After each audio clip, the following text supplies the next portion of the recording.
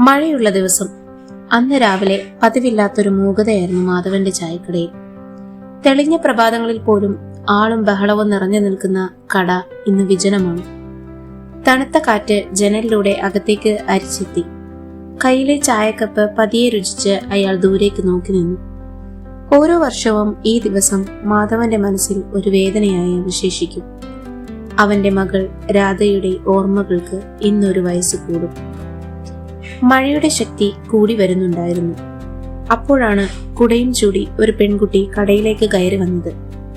ഏകദേശം രാധയുടെ പ്രായം തോന്നും. അവളുടെ കണ്ണുകളിൽ നിരാശ പ്രതിഫലിച്ചു. അവൾ കടയിലെ മൂലയിലെ കസേരയിൽ വന്നിരുന്നു.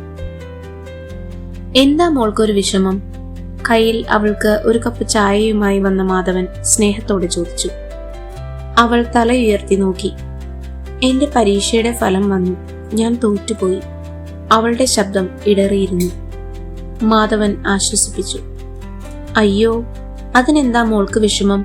ഒരു പരീക്ഷയിൽ തോറ്റതുകൊണ്ട് ജീവിതം അവസാനിക്കുന്നില്ലല്ലോ. ചിലപ്പോൾ തോൽവികൾ പുതിയ പാഠങ്ങൾ പഠിപ്പിക്കാനുള്ള വഴികളായിരിക്കും.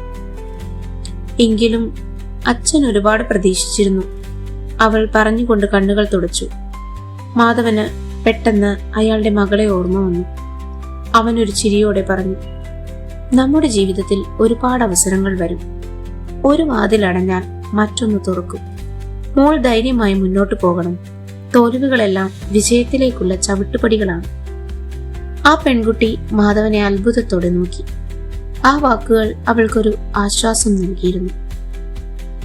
ചായ കുടിച്ച് അവൾ പണം നൽകി പോകാൻ എഴുന്നേറ്റു. നന്ദി അങ്കിൾ, അവൾ പറഞ്ഞു. നിങ്ങളുടെ വാക്കുകൾ എനിക്ക് വലിയ ധൈര്യം നൽകി. മാധവൻ ചിരിച്ചു. അവൾ പടിയിറങ്ങി പോകുമ്പോൾ മഴയുടെ ശക്തി കുറഞ്ഞിരുന്നു. ആകാശത്ത് നേരിയ വെളിച്ചം പരന്നു തുടങ്ങി. മാധവന്റെ മനസ്സിലെ വേദനയ്ക്ക് ഒരു ചെറിയ ശമനം ലഭിച്ചതുപോലെ, താൻ രാധയെ ആശ്വസിപ്പിച്ചതുപോലെ ഇന്ന് മറ്റൊരു കുട്ടിയുടെ ദുഃഖം കുറയ്ക്കാൻ തനിക്ക് കഴിഞ്ഞല്ലോ എന്നോർത്ത് അയാൾക്ക് സമാധാനം തോന്നി. ജീവിതം ഒരു നദി പോലെയാണ്. ചിലപ്പോൾ ശാന്തമായി ഒഴുകും, ചിലപ്പോൾ കുത്തിയൊലിക്കും, പക്ഷേ മുന്നോട്ടൊഴുകിക്കൊണ്ടേയിരിക്കും.